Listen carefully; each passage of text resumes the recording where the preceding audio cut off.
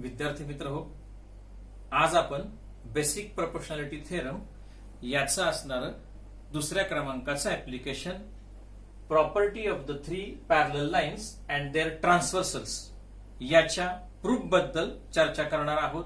हे प्रूफ आपण इथं लिहून दाखवणार आहोत, याची चर्चा करणार आहोत. चला तर मग पाहूया बेसिक प्रोपोर्शनॅलिटी थेरमचं सेकंड ऍप्लिकेशन, ज्याचं नाव आहे property of the three parallel lines and their ट्रान्सव्हर्सल्स.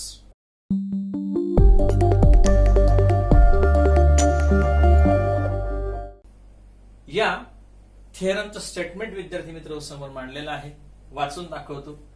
The ratio of the intercepts made on a transversal by three parallel lines is equal to the ratio of the corresponding intercepts made on any other transversals by the same parallel lines.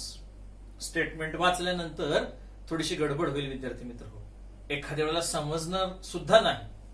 हळूहळू वाचूया. आपण हे statement खूप मोठं आहे, नवीन काही शब्द आहेत, हे समजावून घेत घेत घेत घेत त्याला साजेशी डायग्राम काढत काढत गिव्हन कसं लिहायचं, टू प्रूव्ह याच्यामध्ये काय करायचं, सिद्ध काय करून दाखवायचं, या सगळ्याची सायमल्टेनियस चर्चा करत करत करत करत आपण हे लिखाण पूर्ण करू. चला तर विद्यार्थी मित्र हो, पुन्हा एकदा हळूहळू हे विधान वाचूया, स्टेटमेंट वाचूया, अर्थ लागतोय का समजावून घेऊया. The ratio of the intercepts, the ratio of the intercepts. Ratio याचा अर्थच असा विद्यार्थी मित्र हो की समथिंग अपॉन समथिंग असं लिखाण जे केलं जातं याला आपण रेशो म्हणतो. हा रेशो आपण रेशो असाही दाखवतो, सध्या आपल्याला असं दाखवण्याची गरज नाही, आपल्याला असा दाखवायचा आहे. द रेशो, कोणता रेशो, कशाचा रेशो, कसा तयार झालेला, कुठं तयार झालेला, काय प्रॉपर्टी वापरलेल्या, सगळ्याचं वर्णन वाचू. The ratio of the intercepts, intercepts म्हणजे आंतरछेद, मेड ऑन ट्रान्सव्हर्सल, कशावर तयार झालेले, ट्रान्सव्हर्सलवर, छेदिकेवर तयार झालेले. कोणती छेदिका, the transversal by three parallel lines, म्हणजे तीन पॅरलल लाईन्सना एका ट्रान्सव्हर्सलनं इंटरसेक्ट केलेलं आहे आणि त्या ट्रान्सव्हर्सलनं या तीन पॅरलल लाईन्सना इंटरसेक्ट केल्यामुळं तिथं दोन इंटरसेप्ट तयार झालेले आहेत आणि त्यांचा रेशो असं वर्णन याच्यामध्ये केलंय. चला, स्टेटमेंटचा थोडासा अर्थ लागला, त्याला साजेशी थोडीशी डायग्राम आपल्याला काढता येते का आपण बघूया. सायमल्टेनियस आपण सर्वच गोष्टींचा विचार करू. चला तर मग तीन पॅरलल लाईन्स काढूया. क्रमानं ही पहिली, ही दुसरी आणि क्रमानं तिसरी. तीनही लाईन्सला नाव देऊया, line L, line M, line N. या तीन पॅरलल लाईन्सना एक आपल्याला ट्रान्सव्हर्सल काढायची आहे. चला ट्रान्सव्हर्सल काढूया, तिलाही नाव देऊया ट्रान्सव्हर्सल टी असं नाव देऊ. पहिली आहे त्यामुळे सफिक्स लिहू 1, T1 अशी ही ट्रान्सव्हर्सल आहे. तीनही लाईन्सना ज्या पॉइंट्स मध्ये इंटरसेक्ट झाली या पॉइंटना आपण नाव ठेवू ए, बी आणि सी. आणि मग विद्यार्थी मित्र तुमच्या लक्षात येईल की इथं या तीन पॅरलल लाईन्सनी या ट्रान्सव्हर्सलवर दोन वेगवेगळे इंटरसेप्ट तयार केलेत, त्यांची नावं ए बी आणि बी सी अशी आहेत आणि यांचा रेशो असा हे अर्ध्या विधानाचा अर्थ आहे. म्हणजे हा रेशो दुसरा तिसरा काहीच नाही विद्यार्थी मित्र हो, हा आहे ए बी अपॉन बी सी. चला तर विद्यार्थी मित्र हो, अर्ध्या विधानाचा अर्थ लागला. आणखीन अर्ध विधान वाचूया. कोणतं आहे ते पहा, विचार करा, वाचता येते का ते पहा. वाचलं? चला. The ratio of the intercepts made on transversal by three parallel lines is equal to, हा रेशो इज इक्वल टू कशा एवढा आहे, कशा एवढा दाखवायचा आहे, कशा एवढा प्रूव्ह करून सिद्ध करून दाखवायचा आहे, त्याचं वर्णन पुढे केलंय. Is equal to the ratio, पुन्हा हा आणखीन एका रेशो एवढा येतो. कोणत्या रेशो एवढा, is equal to the ratio of the corresponding intercepts. हा रेशो कशा एवढा येतो, दुसरा रेशो एवढा मान्य, पण या रेशो मध्ये असणाऱ्या दोन बाबी ह्या वेगळ्या कोणत्याही नसून या इंटरसेप्ट प्रमाणेच करस्पॉन्डिंग असे आणखीन दोन इंटरसेप्ट असणार आहेत, त्यांचा रेशो.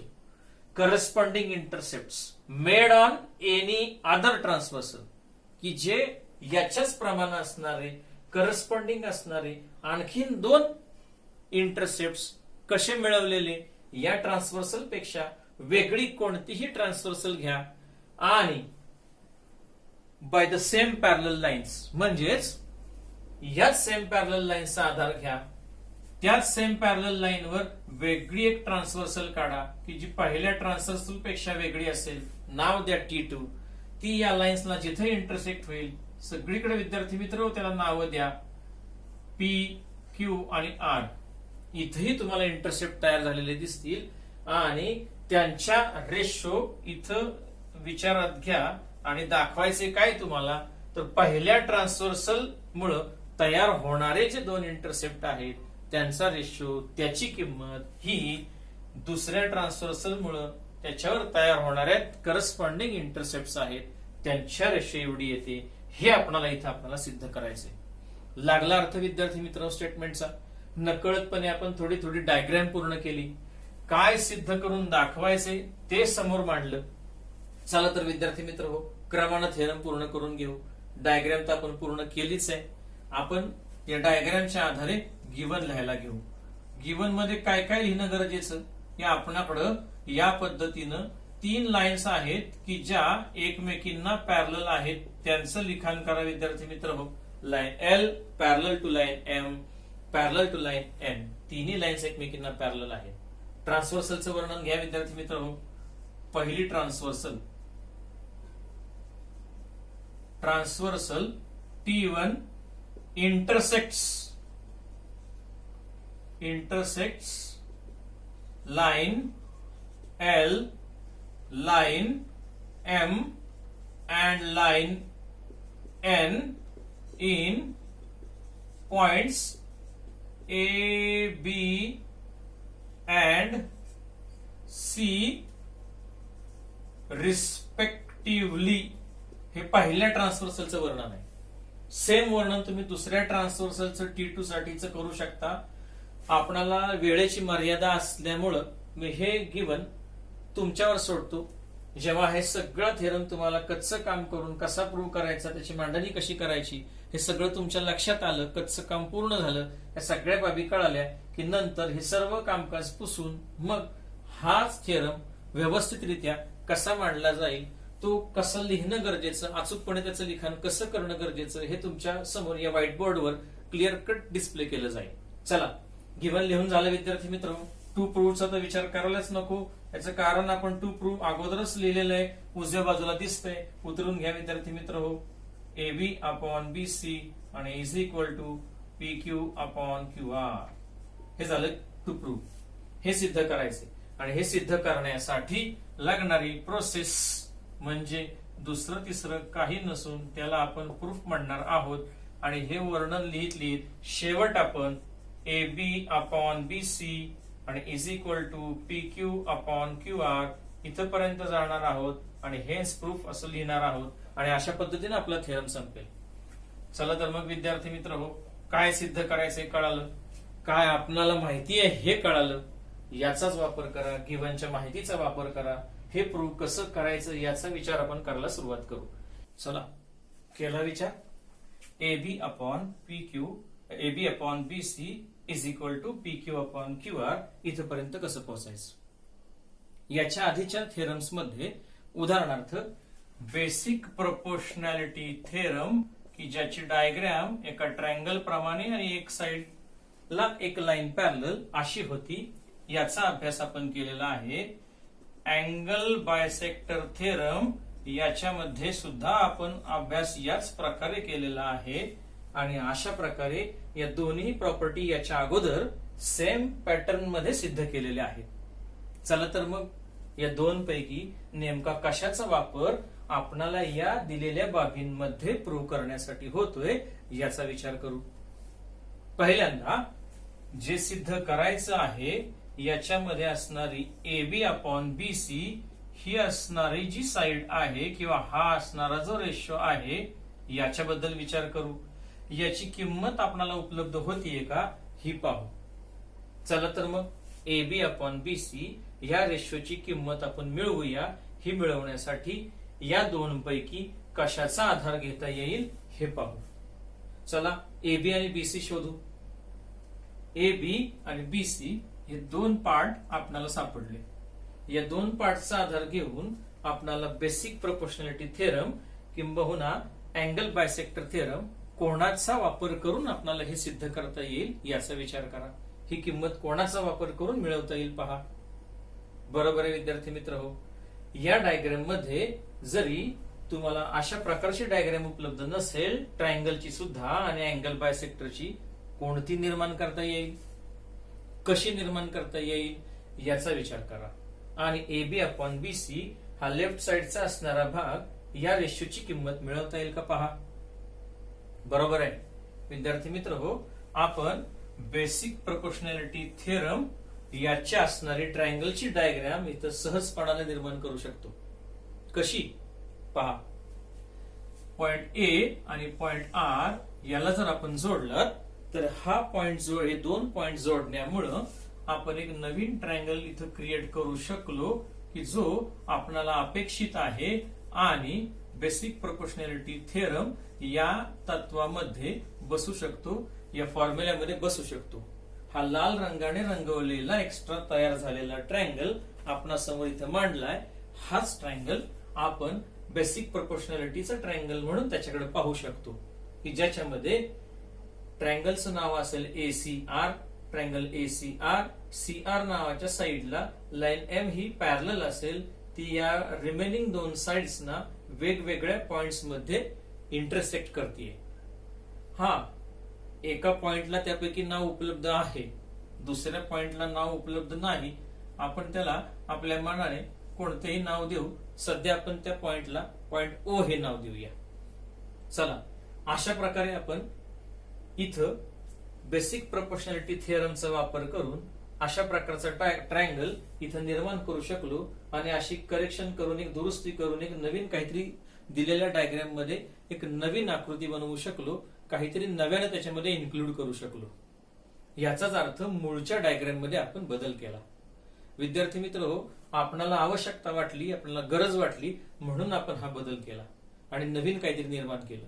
जे नवीन निर्माण केलं ते आपणाला इथं कन्स्ट्रक्शन मध्ये लिहिणं फार गरजेचं. ज्या वेळेला गरज निर्माण झाली त्याच वेळेला आपण हे कन्स्ट्रक्शन केलं. हे लिहूया. इथं काय केलं आपण, ड्रॉ सेगमेंट AR. AR नावाचा सेगमेंट ड्रॉ केला. हा करत असताना अजून एक वर्णन खरं विद्यार्थी मित्र इथं लिहायला हरकत नाही. आपणाला टाइम लिमिट आहे. हाच व्हिडिओ आपण कच्चं काम पूर्ण झाल्यानंतर, हा आपणाला समजावून सांगितल्यानंतर एकूण एक व्यवस्थितरित्या असणारं लिखाण पूर्ण केलेला थेरम तुमच्या समोर डिस्प्ले केला जाईल. त्यावेळेला या सर्व लिखाण अर्धवट किंवा अपूर्ण केलेल्या सर्व बाबी या तुम्हाला याच व्हिडिओमध्ये शेवटच्या क्षणी, शेवटच्या पार्ट मध्ये पाहायला मिळतील. याच्यामध्ये कन्स्ट्रक्शन मध्ये अजून एका बाबीचा उल्लेख करणं गरजेचं की हा AR नावाचा जो सेगमेंट आहे याला ही M नावाची जी लाईन आहे ती O नावाच्या पॉइंट मध्ये इंटरसेक्ट करते. याचं एक वर्णन इथं अपेक्षित आहे. ठीक आहे विद्यार्थी मित्र हो. असं केल्याच्या नंतर आता आपणाला एका ट्रायंगल मध्ये की ज्याचं नाव आहे ट्रायंगल ACR, या ट्रायंगल मध्ये आवश्यक असणाऱ्या बाबींचा बेसिक प्रोपोर्शनॅलिटी थिअरम याचा वापर करण्यासाठी आवश्यक असणाऱ्या सर्व बाबी इथं उपलब्ध झाल्या. त्याचा आधार घेऊया आणि याचा आधार घेऊन आपण AB अपॉन BC या रेशोची किंमत मिळवूया. चला तर मग ट्रायंगल कडे पहा. बेसिक प्रोपोर्शनॅलिटीचा ट्रायंगल जसा असेल, कच्ची डायग्राम काढतो विद्यार्थी मित्र हो. आपणालाही आठवतं बेसिक प्रोपोर्शनॅलिटीच्या थिअरम मध्ये फॉर्म्युला क्रिएट करताना ट्रायंगल मध्ये टॉप टू बॉटम खाली यायचं असतं. फ्रॉम लेफ्ट एकदा आणि फ्रॉम राईट एकदा.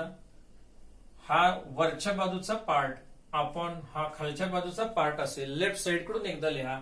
हा ratio is equal to right साइडचा हा पार्ट अपॉन हा पार्ट, असा हा फॉर्म्युला आपण क्रिएट करतो.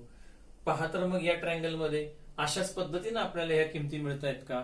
या ट्रायंगलला इथं नाव पण आहे विद्यार्थी मित्र हो. इथं A आहे, C आहे, R आहे, मध्ये B आहे आणि इथं O आहे. करा तर मग फॉर्म्युला तयार. काय होईल, बरोबर आहे, AB अपॉन BC आणि इज इक्वल टू ऑपोजिट साइडला AO अपॉन ओ आर असा फॉर्म्युला तयार होईल. आणि इथं आपण एक इक्वेशन तयार केलं की ज्या इक्वेशन मध्ये ए बी अपॉन बी सी हे आपणाला जी हवी असणारी लेफ्ट साइड आहे, जे प्रूव्ह करायचं आहे त्याच्यामध्ये हवी असणारी लेफ्ट साइड आहे, त्याची किंमत आज आपण मिळवू शकलो. आणि ही मिळालेली किंमत विद्यार्थी मित्र हो आपण इक्वेशन 1 या स्वरूपात मांडलेली आहे. आता अशाच पद्धतीनं आपण याच्यानंतर आपणाला आवश्यक असणारा प्रूफ करण्यासाठी शेवटच्या पायरीमध्ये आवश्यक असणारा हा जो राईट साइडचा पोर्शन आहे, राईट साइडचा रेशो आहे की जो P Q upon Q R असा आहे, याची ही किंमत ए बी अपॉन बी सी ह्या जशी किंमत आपण मिळवली बेसिक प्रोपोर्शनॅलिटी थेरमचा आधार घेऊन, अशाच प्रकारे की P Q upon Q R याची ही किंमत आपणाला मिळवता येते का याचा विचार करू. आणि 100% विद्यार्थी मित्र हो, जेव्हा आपण P Q upon Q R याची ही किंमत मिळवाल, मग ती रेशोच्या स्वरूपात जेव्हा मिळवाल तेव्हा आपल्या अशी गोष्ट लक्षात आली पाहिजे की याला आपल्याला इक्वेशन 2 असं म्हणता आलं पाहिजे.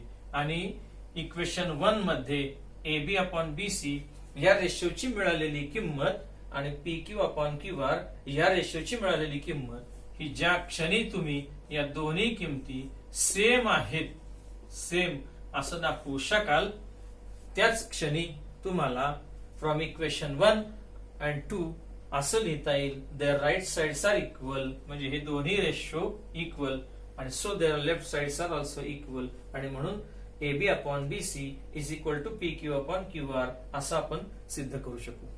चला तर मग विद्यार्थी मित्र हो, P Q upon Q R या साइडची या रेशोची किंमत काढण्यासाठी पुन्हा एकदा डायग्राम कडे वळूया.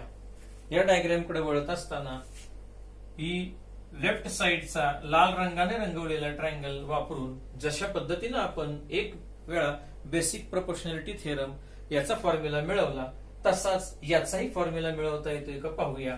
पहा विद्यार्थी मित्र हो, पी क्यू आणि क्यू आर हे दोन तुकडे तुम्हाला इथं सापडतील. अरे वा, ओळखलं सुद्धा विद्यार्थ्यांनी. इथं काय होईल तर इथं सुद्धा जसा हा लाल रंगाने रंगवलेला ट्रायंगल आहे त्याच्यामध्ये बेसिक प्रोपोर्शनॅलिटी थेरम हा वापरला आणि फॉर्म्युला तयार केला, तसा आणखीन एक ट्रायंगल इथं एक तयार झाला की जो इथं मी आता थोडा काळ्या रंगाने डार्क रंगाने रंगवतो आणि हा ट्रायंगल आपल्या समोर दिसेल विद्यार्थी मित्र हो. या ट्रायंगलचं नाव आहे triangle A P R. Triangle A P R हा ट्रायंगल विद्यार्थी मित्र हो हा दिसताना असा दिसेल. या ट्रायंगलचं नाव असेल ट्रायंगल ए पी आर आणि याच्यामध्ये मध्ये या ट्रायंगलला एपी नावाच्या साइडला पॅरलल असणारी एक लाईन दिसेल एम, जी इथं बी ओ बी नव्हे ओ आणि इथं क्यू याच्यामध्ये इंटरसेक्ट करते. जर या ट्रायंगल कडे तुम्ही उलट दिशेने वरून खाली म्हणजे याच दिशेने जर वरून खाली पाहिलं तर लक्षात येईल ही सुद्धा डायग्राम बेसिक प्रोपोर्शनॅलिटी थेरमची आहे. म्हणजे इथं तुम्हाला in triangle A P R, ट्रायंगलला नाव तुम्ही कोणतंही देऊ शकता, triangle A P R, triangle A R P कोणतंही नाव देऊ शकता.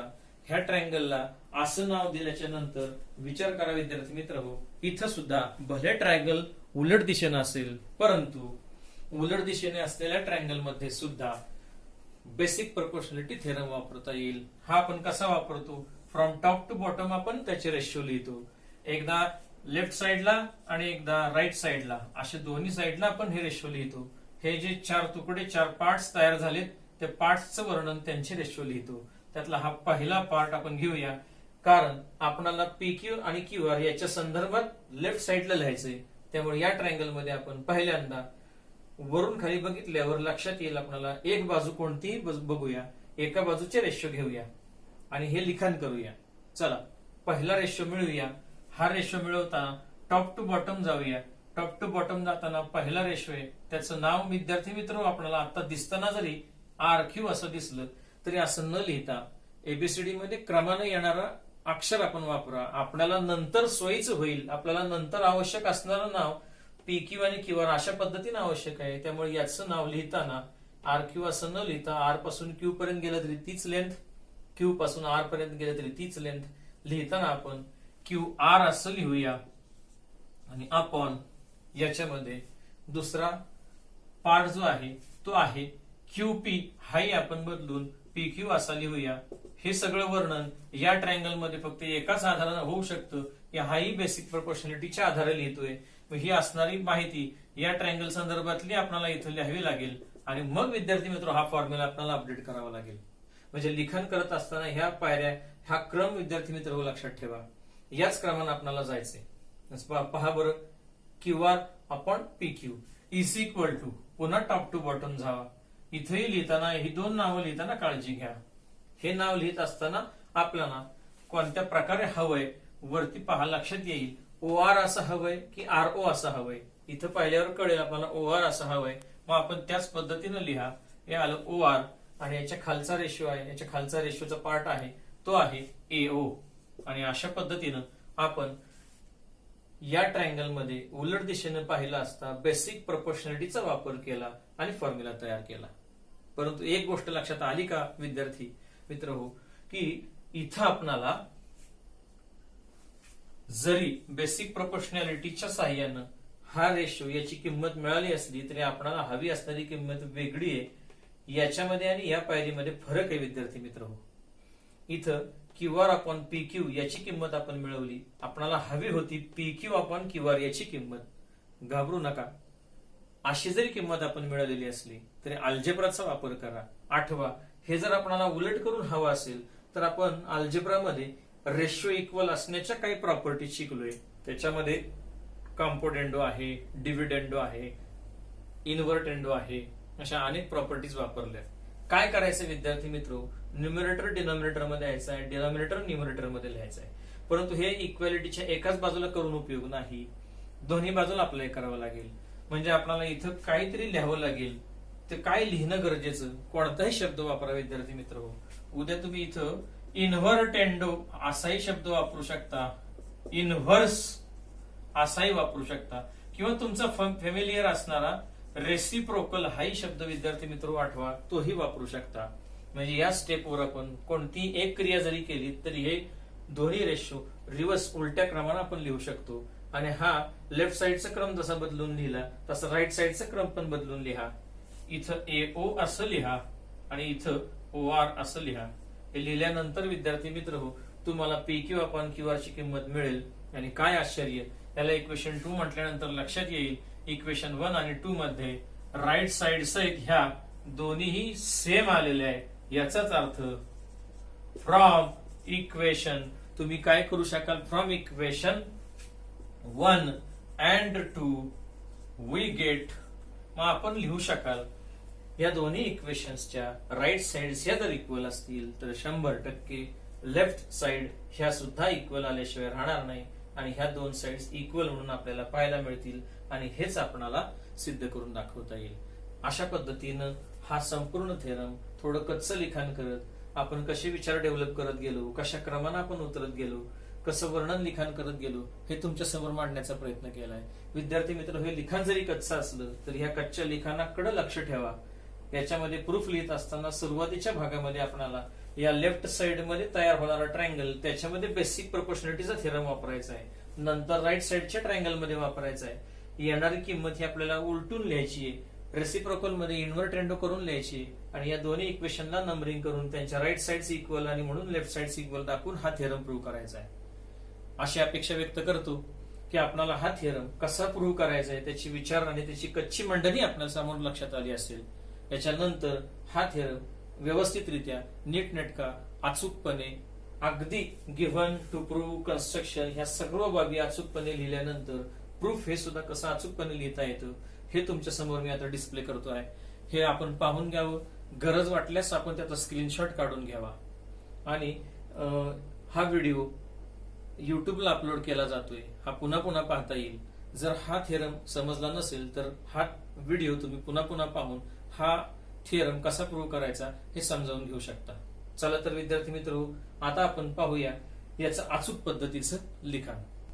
पहा विद्यार्थी मित्र हो, अचूकपणे प्रत्येक विधान नीटनेटकं वैचारिक पातळीवर अगदी व्यवस्थितपणे मांडल्यानंतर हा थेरम कशा पद्धतीने आपण लिखित स्वरूपामध्ये रायटिंग मध्ये लिहू शकतो हे मी माझ्या पद्धतीनुसार इथं समोर मांडण्याचा प्रयत्न केलेला आहे. माझं असंही म्हणणं नाही की हे मी केलेला जो प्रयत्न आहे तोच खरा, तोच योग्य. विद्यार्थी मित्र हो, मांडण्याचा प्रयत्न, शैली आपण समजावून घ्या. आपण आपल्या भाषेमध्ये जरी हा व्हिडिओ असा तयार केला, आपल्या भाषेमध्ये जरी हे प्रूफ आपण असं मांडलं तरी काही अडचण नाही. आपल्याला मात्र क्रम आणि पायऱ्या ह्या नीटनेटक्या रिझन सहित, कारणासहित व्यवस्थित लिहिणं गरजेचं